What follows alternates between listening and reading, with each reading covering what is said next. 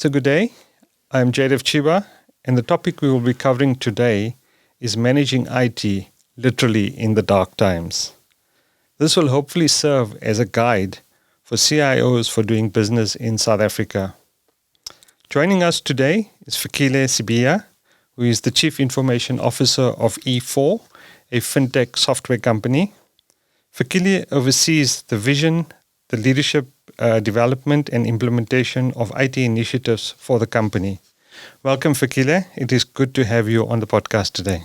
Thank you, Jaydev. I'm very happy to be here today. Yes, I'm looking forward to our conversation. As we spoke earlier, it's a topic that's passionate to both of us, so it's going to be great having this conversation with you. I think to start off with, clearly, IT and CIOs in this country are experiencing massive challenges of where we find ourselves. Perhaps you want to talk a little bit about those challenges and also look at things like how alternative energy solutions like solar play a crucial role in providing uninterrupted services to your customers. Yeah, thanks, Jaydev. So I think, interestingly, CIOs never really got a break since 2020, actually. So it's just a continuation of crisis. We were in the pandemic, we came out of the pandemic, and now we have an endemic situation, with the load shedding. And I think it's a very big challenge having to manage an IT platform and provide a service to customers which is not compromised when you're dealing with a situation where our power is limited. I mean, it's a reality. I think in the last couple of days we've just been in and out of between stage 4 and stage 6. Mm-hmm. And that obviously puts pressure, on IT systems because we are heavily reliant on power. I mean, data centers, need to have maximum power. And I think the way around that is for us to really think differently around, ownership of IT systems and facilities. And what I mean by that is we need to partner more because there are companies that are geared for these sort of crises, companies that have got backup powers that can hold, gallons, of diesel. And so, I would really urge CIOs to not be obsessed with running data centers in-house if they don't have to. Assessing the risk and understanding your risk profile is to outsource that service to people that do these sort of things on a daily basis, who this is their core business. So hosting, for example, with a data center provider, as well as leveraging cloud. I think it's an opportune time to look at alternative ways of hosting and provisioning IT systems. Interestingly, you spoke about leveraging renewables, and I think that's two-pronged for me. There's the question around the continuity of providing IT systems, but also there's the sustainability portion. So data centers, I don't believe that we're at a point where they can fully run on renewable energy, just because of the intensity of the demand of power for systems to run. However, I think it's quite important to have a blend, an energy mix when you are running a data center, both from a sustainability perspective, but also from a continuity perspective. Look at a provider, if you do have a provider, or if you have to run a data center, look at option to have that right energy mix where you're dependent on the grid and you can supplement that energy throughout the life cycle of your service. So I think it's quite important, and it goes beyond just the crisis with Eskom. You think about climate change. Yeah. We had a thunderstorm last night. It's middle of winter. So I think we also need to think about, as leaders in the IT space, what is our contribution towards the sustainability of the earth that we inherited. True. So I guess it's almost evolving to a new setup, almost going towards renewables, but over time, because it's not going to happen overnight as such. Correct. Okay. Absolutely. Okay. Maybe let's talk a little bit about fiber infrastructure, which has equally been challenging in this country, including things like cable theft and breaks. Yeah. And how does that impact your business? And what steps can you take to mitigate against these challenges? It's very interesting that we're becoming more and more reliant on on technology, and yet we have some fundamental challenges on the infrastructure that enables all of that. Yeah. And I mean, fiber is one. So when we have the power situations, it does have an impact on the fiber infrastructure. But in South Africa, South Africa is a very different place. And I mean, I know there are parts of the world that are similar, but our construct is quite interesting because we deal with multiple dimensions of challenges at any given point. And fiber theft, I mean, is a big one. We had, I think in the last couple of months, major challenges. And our provider would say to us, look, we've had fiber theft. What do we do? Mm-hmm. Or we've had low light on our infrastructure because of the on and off with the load shedding. And that impacted on our services. And I think diversifying on your supply is very important because, I mean, the chances are if you've got 2 or 3, depending on your risk profile again, multiple providers, when one is down, one can carry you. And utilizing, the availability of technology to do that seamlessly. So, looking at SD-WAN, so have multiple providers as your backhaul, overlaying that with an SD-WAN configuration so that when one line goes down, the other one picks up and you're able to carry on. And so I think our thinking just needs to be geared towards resilience, and play multiple scenarios in your planning and in your thinking around, if this happens, what's my... And I know it's training for a lot of people because all of us want to be creative and play with new tech, but I think we've just got to go back to the basics. True. How do we make sure... And I mean, we've gone long past the days of an 8 to 5 cycle, right? We're all into the 24/7, 365 model. And that just means, and as you said earlier, we've gone digital and we rely so much on tech that our entire day and businesses and at a personal level, we're reliant on this tech. So almost building that into the thinking and the design is extremely important. Absolutely. And I mean, our society, our clientele are people that interact with technology all the time. So you and I, after this conversation, the first thing we'll do is probably look at our phones. And there's an expectation of this continuous and 24/7 availability.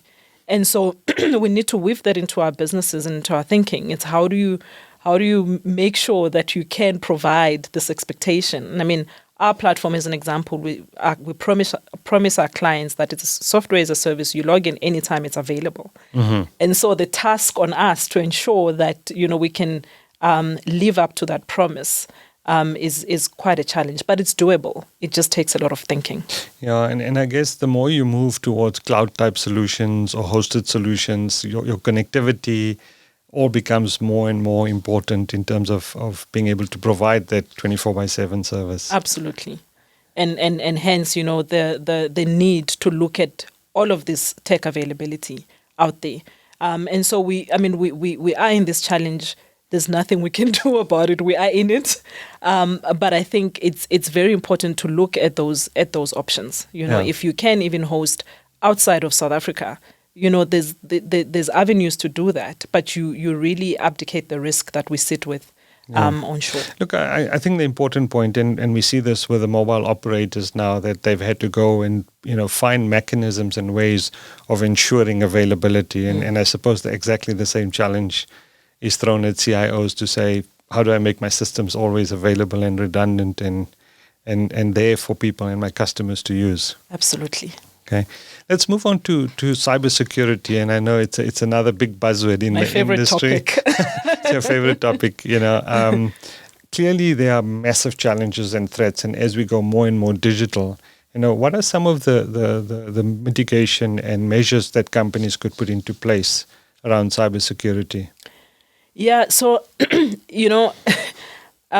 someone asked me to say, what's more important for you to look at the moment? Is it the load shedding, the continuity, or is it the cybersecurity? And I said, I don't know. Unfortunately, it's both. It's both. I don't know which one to pick at any given point.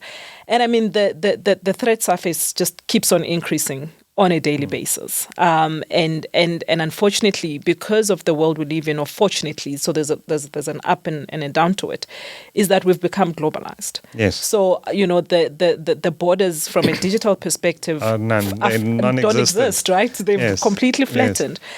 And so a war ensues between Russia and Ukraine, and all of a sudden, my network is inundated with threats, right?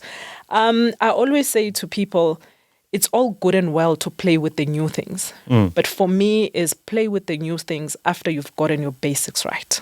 Yeah. You cannot tell me about some fancy AI tech when you don't have a basic antivirus. So when it comes to cybersecurity, I think it's quite important to really go back and look at, do we have the basics covered? Are we managing our vulnerabilities? Do we have any means of protecting the perimeter? How much of traffic that's coming in are we able to look at, analyze, assess, and determine whether it's right or wrong? I've seen companies that run, and you say, okay, let's talk about your antivirus, and they're like, well, why do I need an antivirus? Exactly. So I think going back to basics is quite important. Find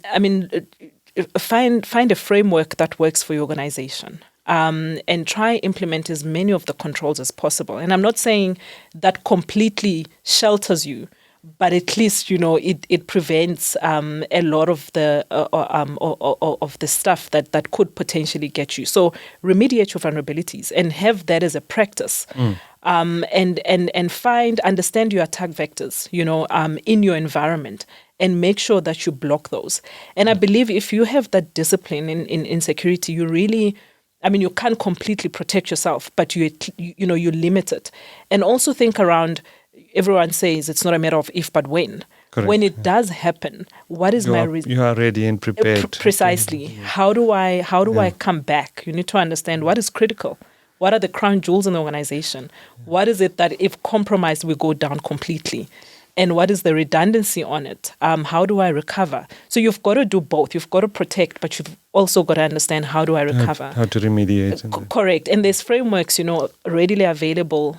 Some of them, you can get for free, and look at what do I need to be putting in place to at least try protect myself. And in a case where the protection doesn't work, I'm able to come back and the business can continue. You make a fundamental point. In fact, all of the topics we've spoken about is that, we can almost live where tech people, and no disrespect to them, like to go and chase the new shiny toys, and then they forget about those basics. And the basics are in fact becoming more important and more fundamental today for continuity of business, because you can build a fantastic new solution, but if your infrastructure is not up and available, what's the point? Absolutely. What's the point? Yeah. So let's talk a little bit about disaster recovery and backup providers. How do you approach the selection of partnering with reliable providers to ensure there's resilience and continuity in your business operations? Interestingly, we've just come out of a phase of looking to revamp our continuity strategy, and part of it was looking at how do we service providers, absolutely, from a backup perspective. I think at this point you need to look at. So there's a couple of things for me. First of all, is the reputation of the provider. That's quite important in the market. You want durable equipment, but you also want guys that understand resiliency. At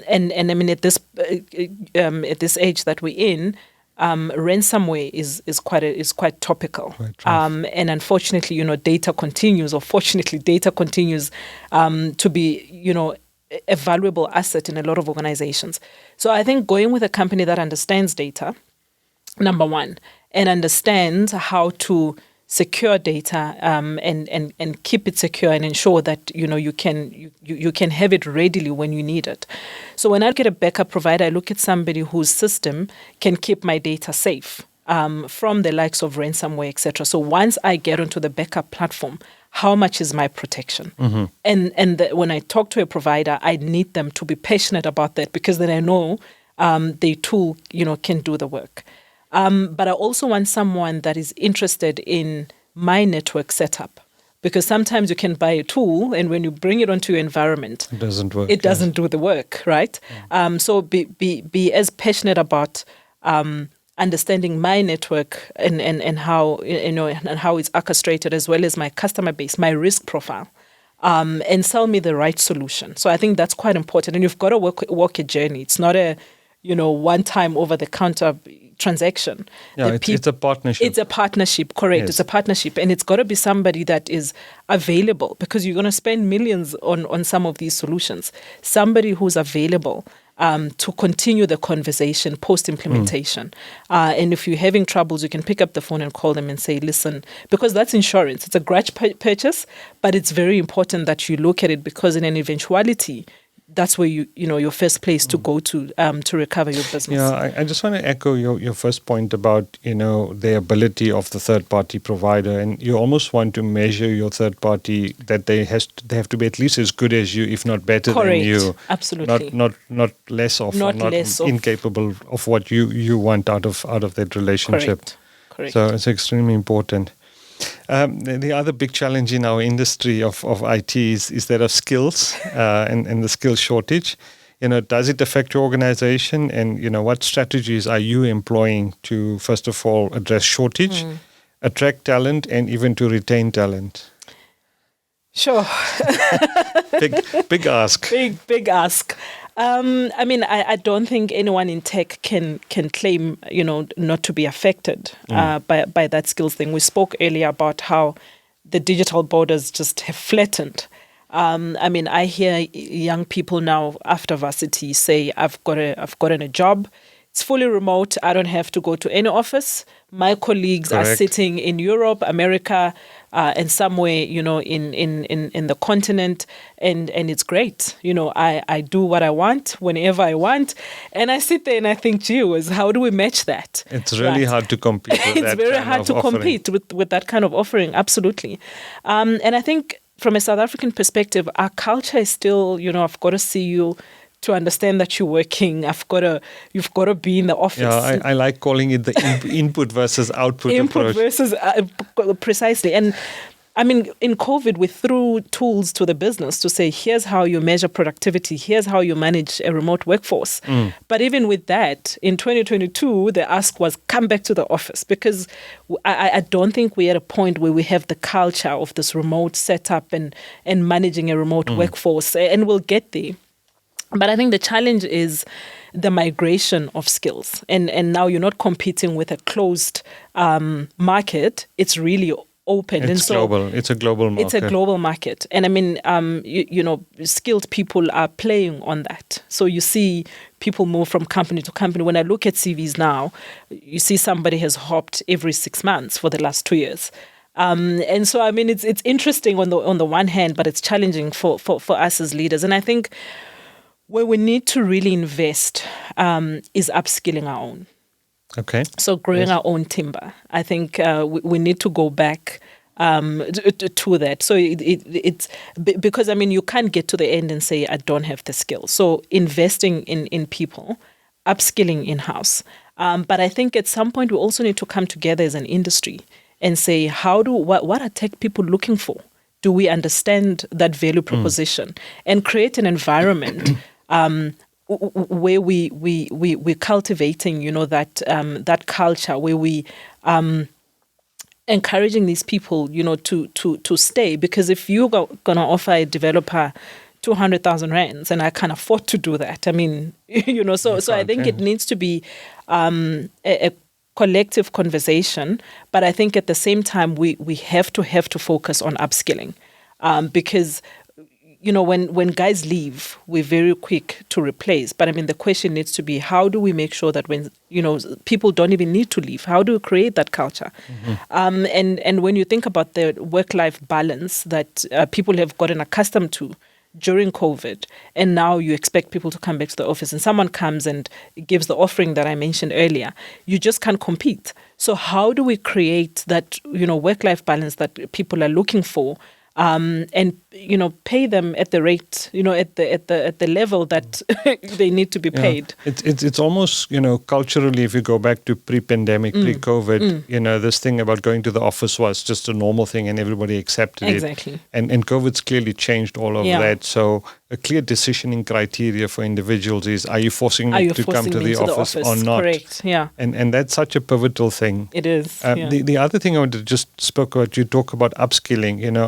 Don't you think we also need to be driving a lot of new training, new people being brought in, because I think there's a lot of opportunity of bringing on interns or trainees.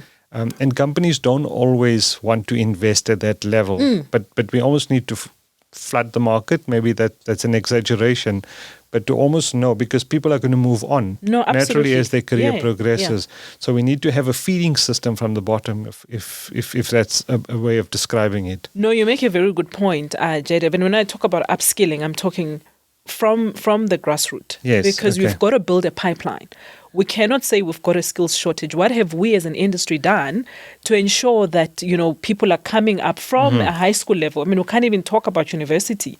From a high school level. Because that's when they start coding, right? That's when they start coding now, right? And I mean, I know some of the financial institutions will go to a university and sponsor a classroom to say, from a financial markets perspective, here's the curriculum. We're going to partner with you on the curriculum. Are we doing that as the IT industry?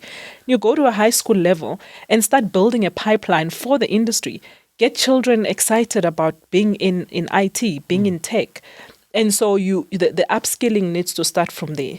And the people then come up university, and that on the other side, you've got the supply. Whereas now we just have this demand that keeps going up, but we don't see the skills coming up. So the upskilling needs to start from I've been involved in one initiative, for instance, called Code Like a Girl, where you're almost training young girls, teenagers, and almost training them to build websites, in a short period of time. Yeah. So there are those interventions, but what isn't evident is the industry-wide drive to do something like that. Let's talk a little bit about hybrid work models. Clearly we've got a workforce that's now, some work at home, some come to the office, etc. And how do you approach managing your IT infrastructure to facilitate this hybrid workforce? Sure. So you just took me back to 2020. I know. When, someone would ask that question and, their eyes would just open wide.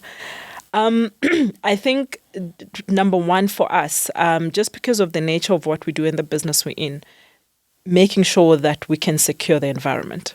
So I'm a big advocate for hybrid work. I think work-life balance is very important, and I think work should fit into people's lives, not the other way around.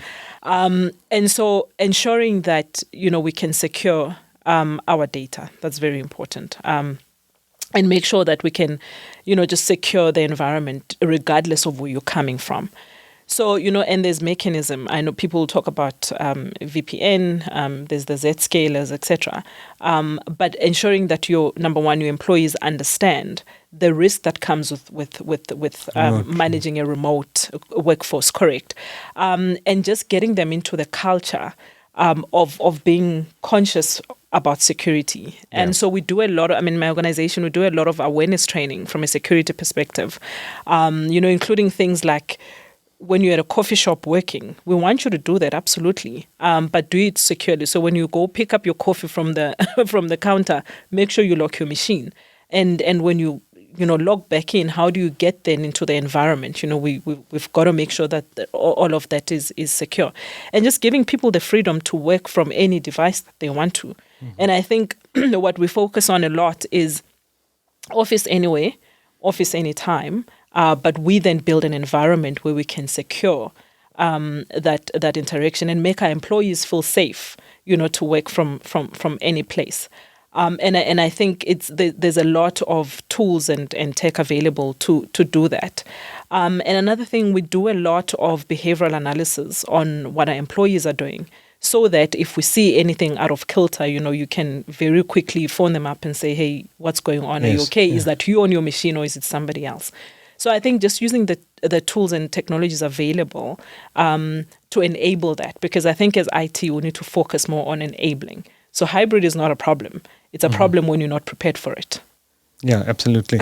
And I think, on the one hand, you want people to be able to work from wherever they are, but you've got to strike that balance Correct. of security and resilience and those facets that are important from an IT service point of view. Absolutely. Apart from all these challenges we've spoken about, are there any other significant obstacles or trends that you think CIOs should be mindful of in the current IT landscape?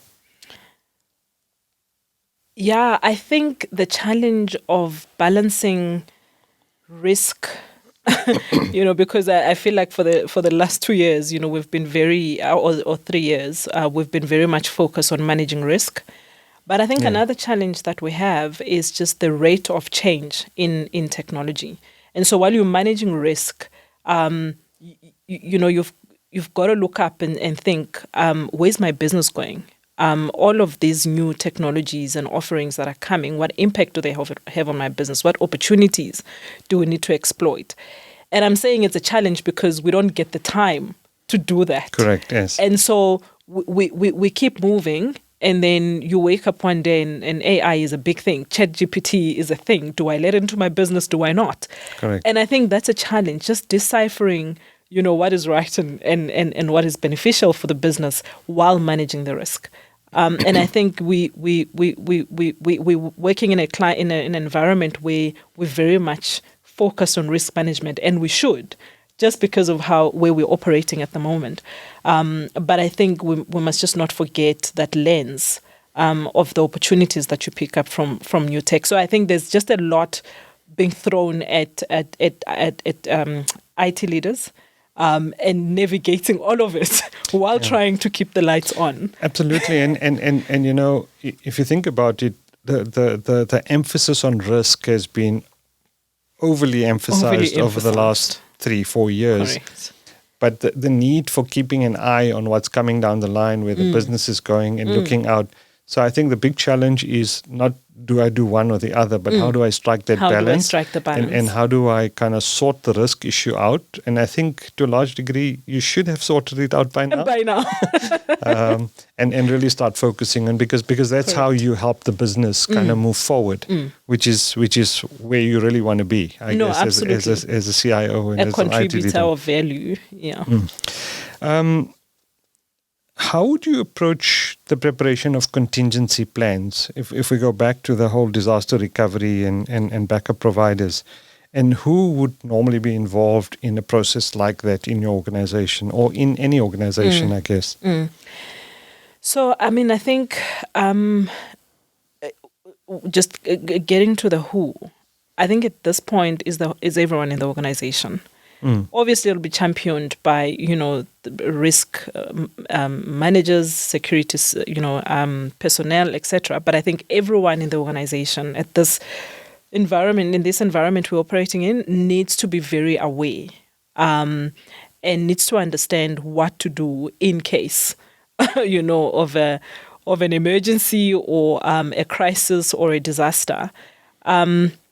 And I think it needs to be ingrained in everyone within the organization, including your clientele. To an extent that you can control. I mean, if you've got a retail customer base, it might not be feasible, but business to business is an example. We've got to start partnering to say, hey, if we have a ransomware, how do we both respond to it? Who communicate? Who says what to who? What's the first thing that we pick up? And just having the playbooks, and we spoke earlier about testing generators, and you've got to test your contingency plan. It cannot just be that we put it together, we put it in a safe, it gathers dust, and hope it will work one day, right? Yes. So it's putting together these playbooks, and sometimes they have to be specific to the event. Yes. I cannot treat a ransomware event like I would a power outage event. Completely different. It's completely different.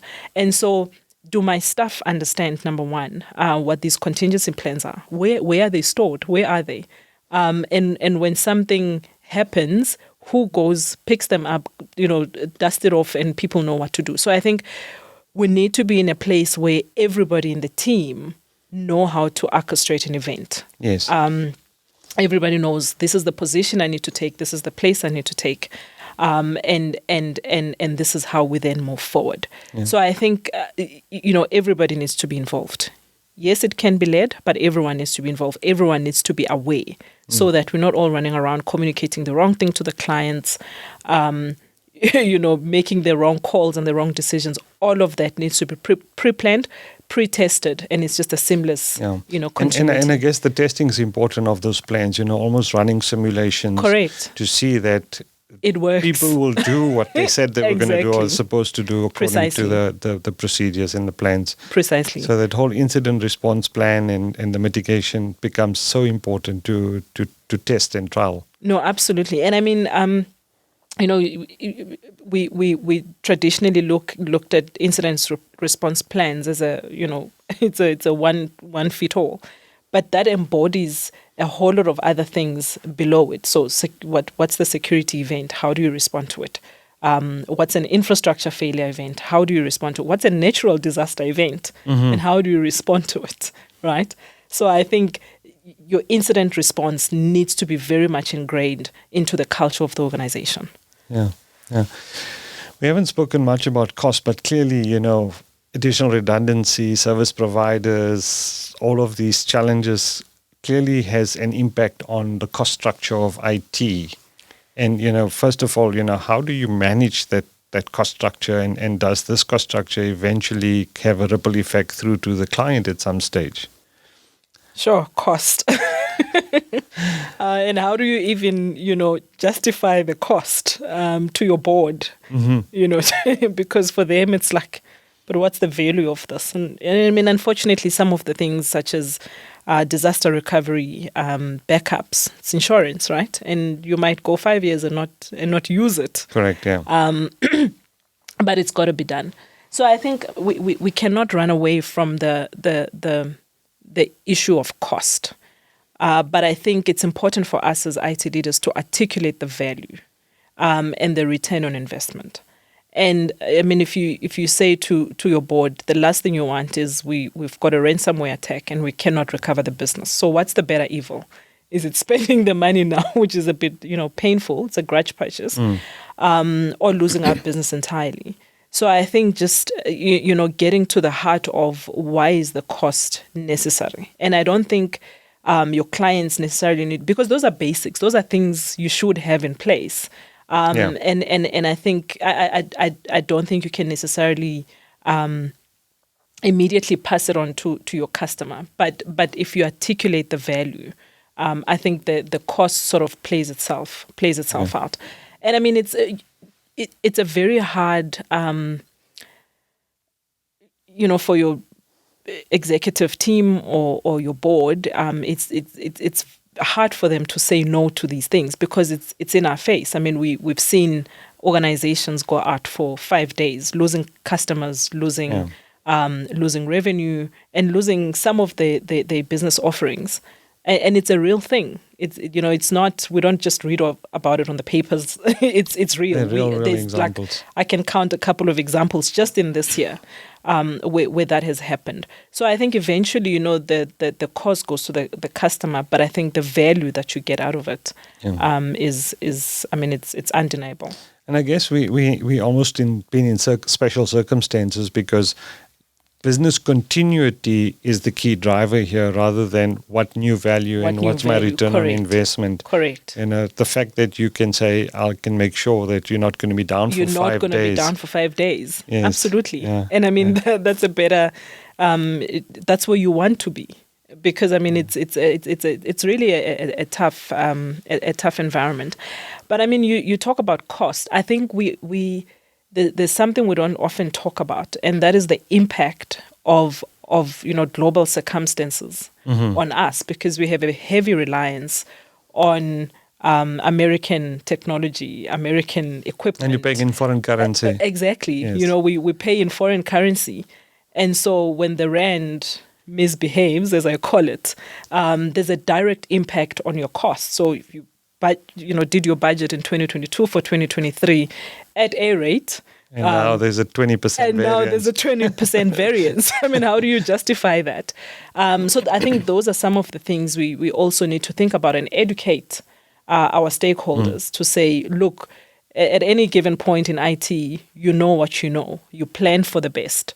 But sometimes these things, come at us. So the issue of cost, you just need to have a way of talking about it so that your stakeholders understand the dimensions. I guess there's going to be a trade-off. Do you Correct. spend the additional money and get the approval, or do you actually cut back in other areas to facilitate Absolutely. this additional cost that's coming at you? I guess the problem of doing more with less has been around for decades now, Yes. and I think that the principle hasn't changed. Maybe the nature and the dynamics of the detail has changed today. Correct. Yeah. And I mean, the economy hasn't been doing well for a while. Yeah. And for a lot of organizations, I mean, or tech leaders, is to say, but what do I cut back on? True. The ask is a bit It's a hard. big CIO challenge. Yeah. Fikile, we've spoken about a number of topics today. I think they're all topical and interesting and very relevant in our world. Before we close, any last comments or thoughts of anything you think we've missed? Yeah, I think just as a parting short, I still get very excited to be in tech. My husband often thinks I'm crazy because it just seems so risky, and sometimes I'm on a call at 12 in the morning. But I think we shouldn't lose, the I'll call it the tech spark. I think there's a lot that businesses can benefit from new tech, and there's a lot of value that we bring to the table. And I think in as much as we feel we're in the back room trying to understand power outages and solve for ransomwares and security, etc., we need to come to the party in terms of the opportunity that technology can bring to the organization. And I just think we should never lose that excitement. Yeah, and the plethora of tools and innovations that are coming about today just makes it all the more relevant to say, absolutely, you can help businesses move forward by leveraging that capability. Absolutely. So I always say, for every risk, there's two opportunities. And when you only focus on the risks, you lose out on the opportunities. True. Fikile, it's been fascinating. I really enjoyed our chat today. Thank you very much for your time. Thank you. It's been great. I enjoyed the conversation. Thank you, Jaydev.